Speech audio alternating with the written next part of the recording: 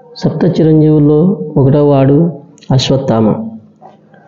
మహాభారతంలో ద్రోణుని కుమారుడు. ఇతని తల్లి కురుపి. ఇతడు మరణం లేని చిరంజీవి.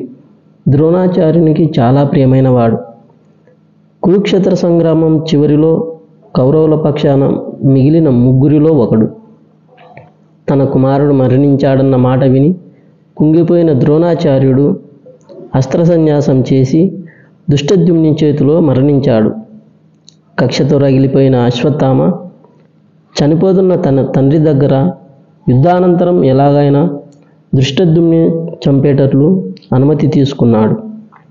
మహాభారత యుద్ధం అనంతరం తాను ఎలాగైనా పాండవులను చంపుతానని అశ్వత్థామ ద్రోణునికి మాట ఇచ్చాడు. యుద్ధం చివరి రోజున అశ్వత్థామ గుడ్లగూబపై కాకులు పగటిపూట ఎలా దాడి చేస్తాయో అలాగే రాత్రిపూట గుడ్లగూబలు కాకులపై ఎలా తిరుగుబాటు చేస్తాయో నిశితంగా పరిశీలించి పాండవులను చంపడానికి ఒక పథకం రూపొందించాడు.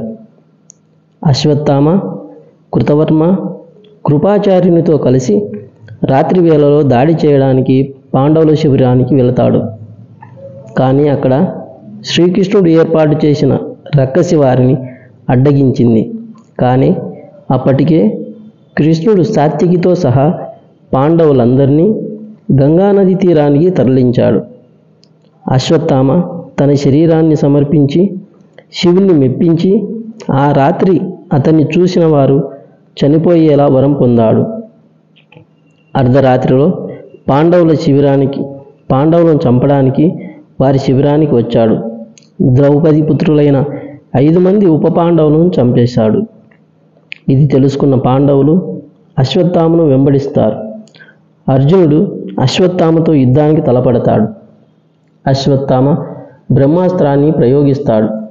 ప్రతిగా అర్జునుడు కూడా బ్రహ్మాస్త్రాన్ని ప్రయోగిస్తాడు. ఆ రెండు ఢీకొంటే ప్రళయం తప్పదని భావించిన ఋషులు ఇద్దరిని బ్రహ్మాస్త్రాన్ని ఉపసంహరించుకోమంటారు. అర్జునుడు విజయవంతంగా బ్రహ్మాస్త్రాన్ని ఉపసంహరించుకుంటాడు. అశ్వత్థామ అలా చేయలేకపోతాడు. కానీ ఆ బ్రహ్మాస్త్రానికి ఏదో ఒక లక్ష్యాన్ని చూపించాలి కనుక పాండవుల మీద ద్వేషంతో రగిలిపోతున్న అశ్వత్థామ పాండవుల స్త్రీల గర్భాల మీదికి దారి మళ్లిస్తాడు. వారిలో అర్జునుని కోడలు ఉత్తర కూడా ఉంది. ఆమె కడుపులో ఉన్నది పాండవుల తర్వాత సింహాసనాన్ని అధిష్ఠించాల్సిన పరీక్షిత్తు. బ్రహ్మాస్త్ర ఫలితంగా పరీక్షిత్తు తల్లి గర్భంలోనే మరణిస్తాడు. కానీ కృష్ణుడు తన యోగమాయ చేత మృత శిశువును బ్రతికిస్తాడు. అశ్వత్థామకు 3000 సంవత్సరాల పాటు కుష్ఠవ్యాధిగ్రస్తుడివి కమ్మని శపిస్తాడు.